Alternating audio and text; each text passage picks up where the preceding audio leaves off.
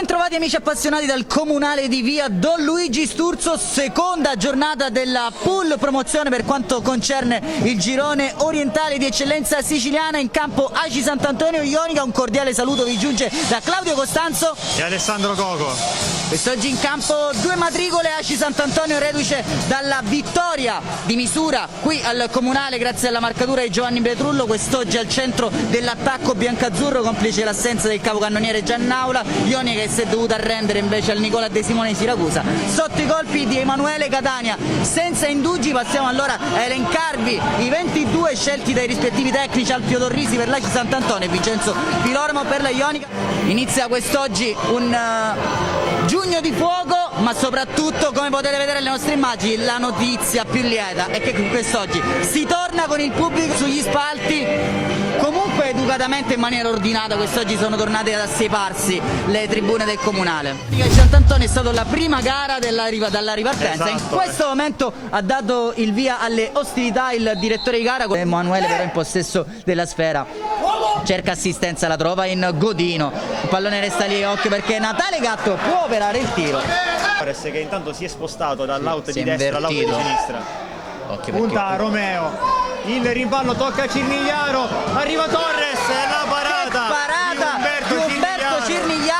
Parlo dalla maglia, riesce a trovare tra le linee Petrullo, è in posizione regolare Giovanni Petrullo che riesce a dialogare con Emanuele. Petrullo in area, sì, piuttosto sincero. Assolutamente d'accordo. Finisce qui il duplice fischio del direttore di gara, squadre che guadagnano gli spogliatoi sul parziale ad occhiali 0-0 qui dal comunale via Don Luigi Sturzo. E stavamo discutendo del fatto, mentre che non eravamo collegati, che la differenza reti in questo quadrangolare conta più. Intanto siamo partiti con il secondo tempo di questa sfida, conta più dello scontro diretto. Arriva Romeo in sovrapposizione, alla fine Catania decide di andare indietro per San Giorgio si sposta il pallone sul destro, torna da Romeo a destra che è libero per il traversone, Romeo la mette in mezzo, palla di piede rovesciata di Emanuele, gol!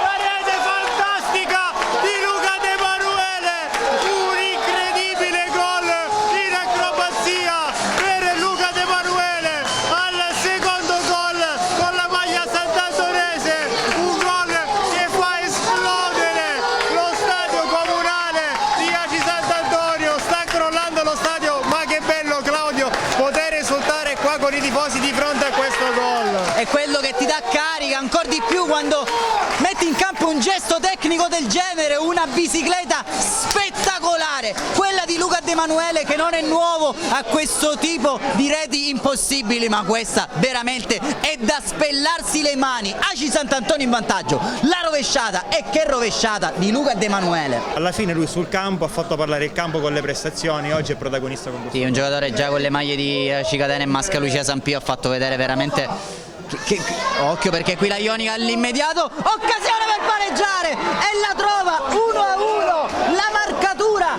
di Santiago Torres, rivediamo con il collo del destro, batte Cirnigliaro sul secondo palo, ristabilita la parità del punteggio. E sono accadute più cose in questi 4 minuti che nei precedenti 45.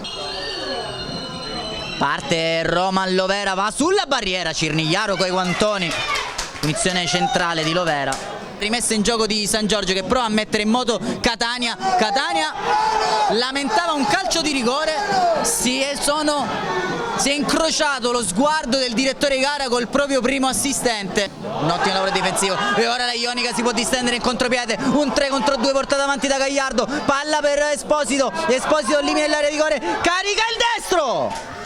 Cirnigliaro, il miracolo di Umberto Cirnigliaro. Touche lunga, c'è però Lovera, il tentativo però di Gatto dal limite, Bartolotta, e questo non era un intervento facile. Battuta con le mani operate in questo momento, Catania lavora un buon pallone, fuori per Gatto che tenta il tiro. Comunque un buon lavoro anche, occhio perché qui ci riprova De Emanuele, ci aveva preso gusto. Infatti Dama spizzica il pallone per Strano, pensa al tiro, poi Godino lo opera in questo momento, arriva in suo soccorso Godino, poi De Emanuele, ancora fiato in corpo De Emanuele, pensa al tiro De Emanuele, la parata di Bartolotta, cross dentro, solo spizzato. Triplice fischio del direttore di gara, termina qui la sfida tra Aci Sant'Antonio e Ionica, all'iniziale vantaggio di Luca De Manuele con una sforbiciata da spellarsi le mani, risponde Santiago Torres tra le fila Santa Teresine, Aci Sant'Antonio che sale a 4 punti dietro il Siracusa, 1 punto per la Ionica. Invece scavalca il Ragusa, quindi la classifica ora recita Siracusa 6, Aci Sant'Antonio 4, Ionica 1 e Ragusa 0.